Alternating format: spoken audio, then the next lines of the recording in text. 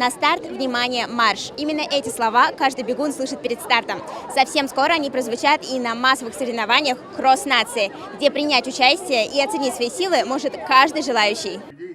Каждый год во второй половине сентября как любители, так и профессиональные спортсмены выходят на старт кросса нации.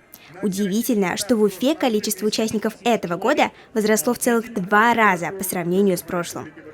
Как ты думаешь, зачем проводить такое мероприятие? Чтобы люди знали то, что, что нужно здоровье, то, что нужен спорт. Ровно 10 тысяч школьников, студентов, ветеранов, работников организаций и предприятий приняли участие в забеге. Передать огромный привет от нашей спортивной команды Республики Башкортостан, спортивного нашего сообщества.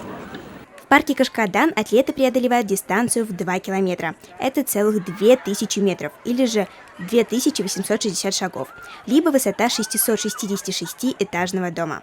Девочки, скажите, зачем вы участвуете в этом забеге? Ради участия. Мы хотим нашу школу продвинуть немного.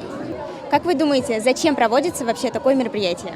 Чтобы людей больше подготовить к жизни, чтобы они были спортивными и дольше жили. Для поднятия настроения и для зожников. Участники были разделены по возрастным категориям, и все группы стартовали с временными интервалами. Каковы твои впечатления от кросса наций? Мне безумно понравилось это мероприятие.